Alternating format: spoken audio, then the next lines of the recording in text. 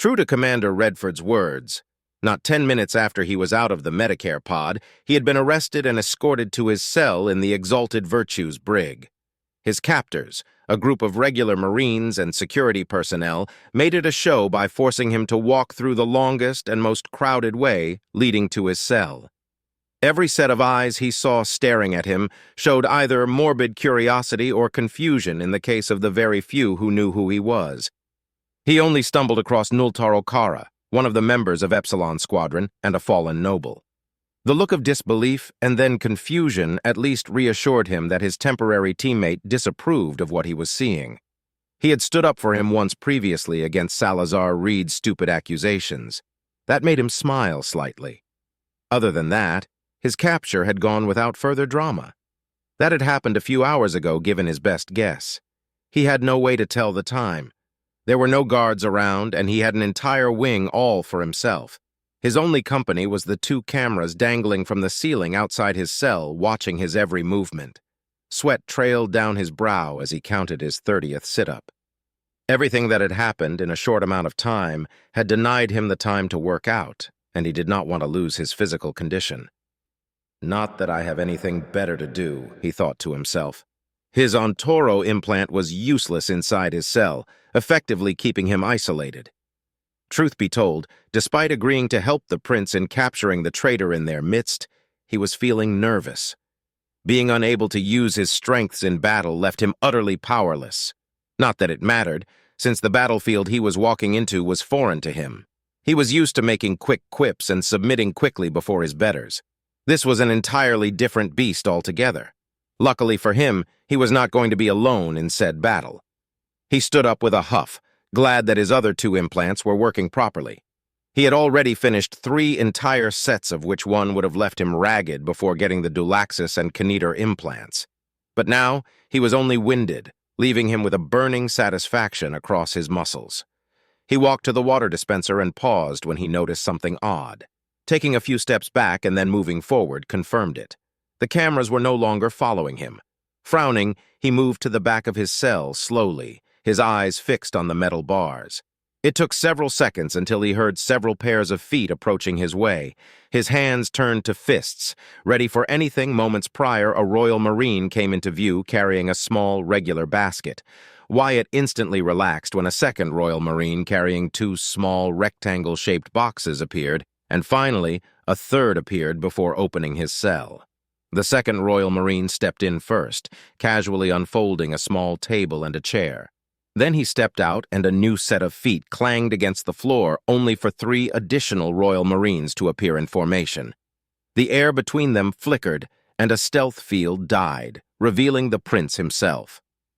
"My prince!" Wyatt almost choked at the sight of the prince before dropping to a respectful knee. The second he'd seen a Royal Marine all fight left his body. He knew perfectly well that if he was there to kill him, there would be nothing he could do about it.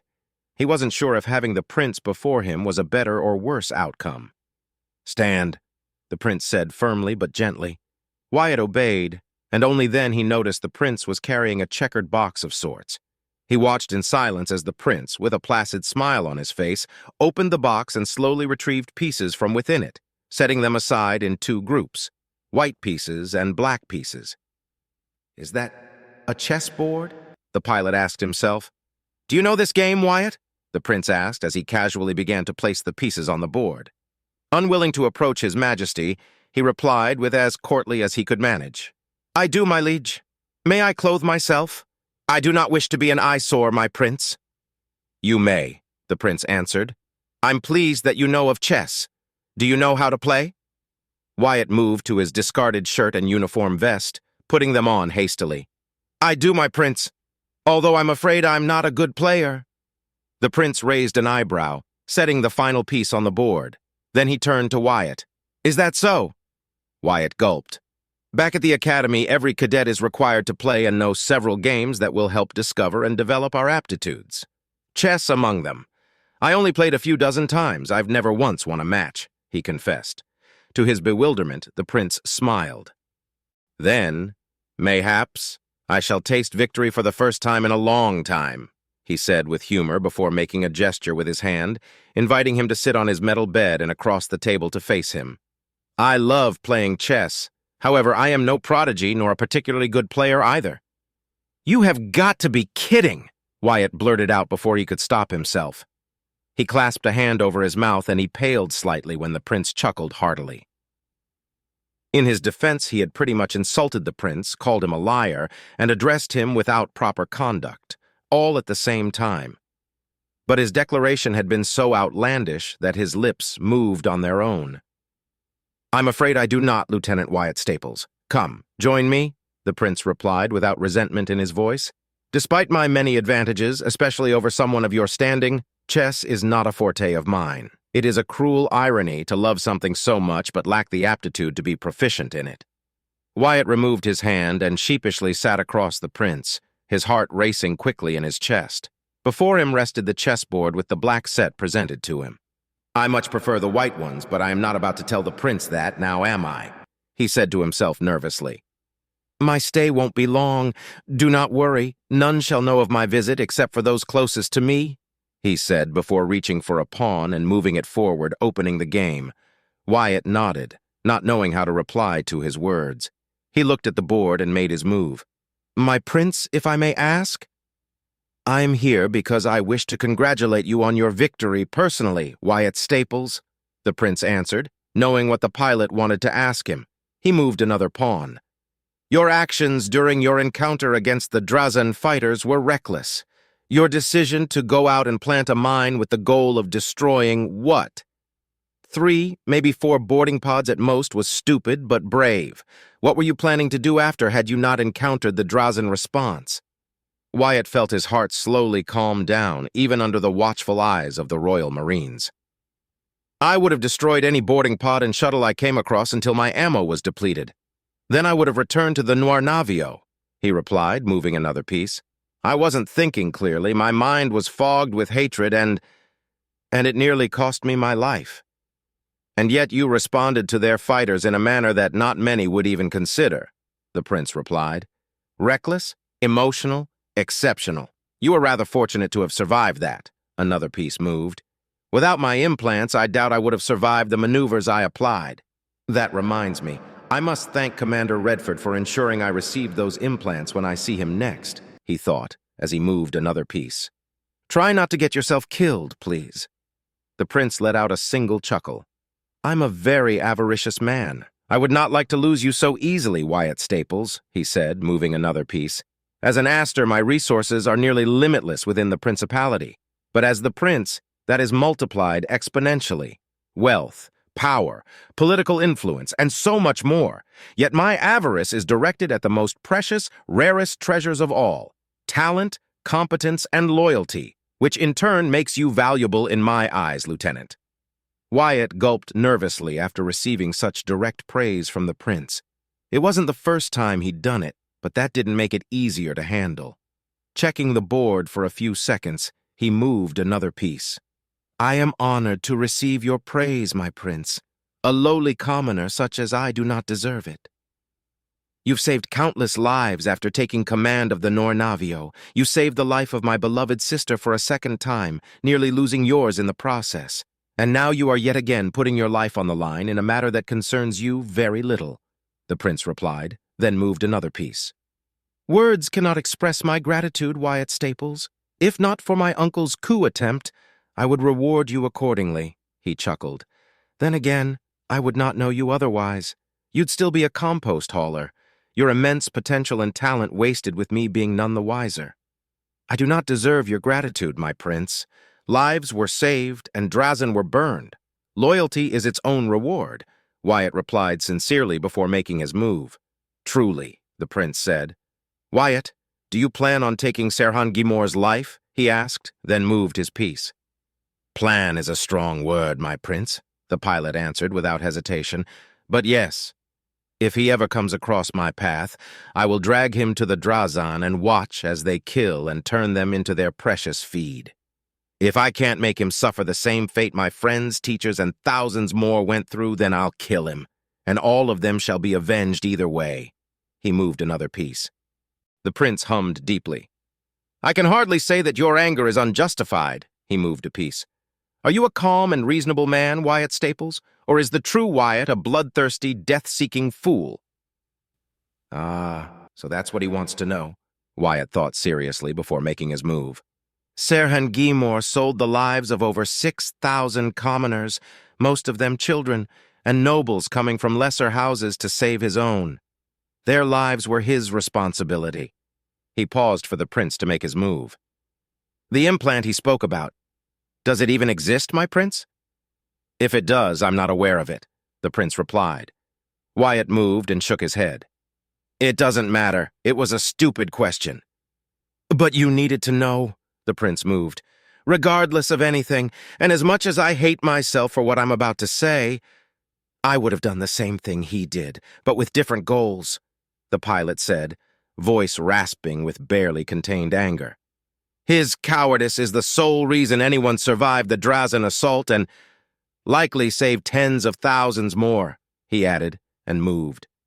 I would have tricked the Drazen with the sole intent of beating them and saving as many innocent lives as I could manage. The prince nodded slowly. As you stand today, I do not doubt that you would do that. In his case, all I can say is that such is the burden of nobility. He escaped, throwing away his dignity and honor, and yet he performed his duty. Am I correct to assume he contacted the nearest Royal Navy forces after his escape? He asked, and doubted only for a moment before making his move. Wyatt nodded. He did. A Navy patrol arrived just in time to save the survivors. He narrowed his eyes. It was only later that I learned that the reason the Drazen didn't kill me like they did Wantum, and my friends and classmates, was because I passed their strange cattle selecting process. He spat with dry poison. Then he made his move. Lucky me. The prince noted his sarcasm but did not comment on it. He moved his piece. That I've come to understand and comprehend. It was a gamble on his part, and it worked. Had he stood and fought, he would have died, and every life saved would have been lost, Wyatt continued.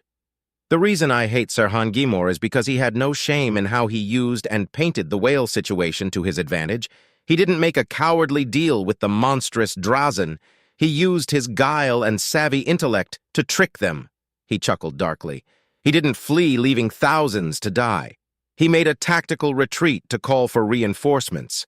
He used their deaths and the tragedy in his favor to make himself the hero of the hour, and he was rewarded and thanked for it by grieving families that swallowed his lies like morning dew.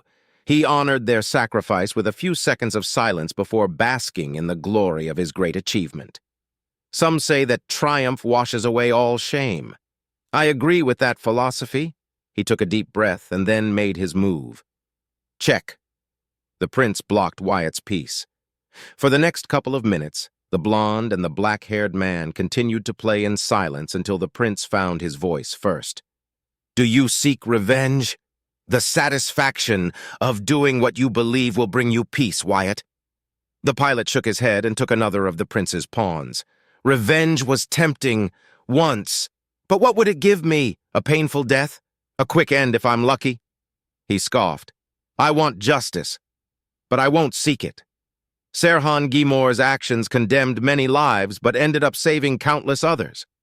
My father once told me that the greatest revenge a man can deal to a hated enemy is to live a long, prosperous, happy life. Sage advice, the prince agreed. And yet, if Sirhan Gimor crosses paths with you, he shall meet either a gruesome end or a quick death, the prince asked, making his move. He will, Wyatt sighed deeply. I shall leave that to fate itself, he moved. However, if you order me to, my prince, I shall give up on the promise I made to end Sirhan Gimor's pathetic, lying life. The prince was pensive for several moments. As a reward for playing a crucial role in saving my sister's life a second time, Lieutenant Wyatt, I shall overlook your threat against a noble and allow fate to decide what will become of him. Then made his move. I pray that such an encounter never occurs. You have become too valuable to me, and more so, to my sister and Cynthia. Wyatt bowed his head deeply in gratitude. If I am to be of service, let it be so, my prince, he muttered softly, then made his move. Quite so, the prince replied and smiled. With a final move, he announced, Checkmate? A pleased sigh escaped his lips. "Thank you for not losing on purpose, Wyatt." "I would never dare to insult you in such a manner, my prince," Wyatt replied, and his stomach chose that precise moment to rumble. Excuse me, my liege. It seems this is the perfect moment to give you my sister's gift, a small token of her appreciation and payment for gallantry," the prince said with mild humor present in his voice. The royal marine, who had been standing perfectly still holding the basket, approached and placed it next to Wyatt. He removed the silk-like cloth covering the contents of the basket only to reveal a dozen or so pieces of sweets. Wyatt's mouth instantly watered, remembering the succulent sweetness of the treats the princess had so generously shared with him during their first private conversation. The prince raised an eyebrow for a moment at the sight of the treats, but did nothing else. "I'm afraid I must go, Wyatt. But before I depart, heed my warning. During the trial, you will be faced with many accusations. This you know. Do not allow your rage to manifest itself recklessly if they use the Drazen assault against you." The pilot felt a surge of fury burn within him at the idea that he'd so much lift a finger to help the Drazen in any way. But that fury was dwarfed by the respect and admiration he suddenly felt toward the blond man who was his liege. Everything about him, from his handsome features to his height and commanding aura, fit him perfectly, but his character shone through, elevating him as someone deserving of the authority and power he commanded. Now more than ever, he was willing to do anything in order to aid the prince in exposing the traitor once and for all. He saluted the prince respectfully as he packed away his precious chessboard. A royal marine folded and picked up the table and chair. The stealth field hid the prince, and without anything left to say, they left, leaving the lieutenant alone once more. Wyatt hummed, and his stomach rumbled. Grabbing a small cake, he licked his lips, ready to eat the sweet confection. He took a bite and smiled. "I'm ready," he muttered to himself as he proceeded to devour his sweets quickly. The cameras only came back to life after he hid the basket under his metallic bed.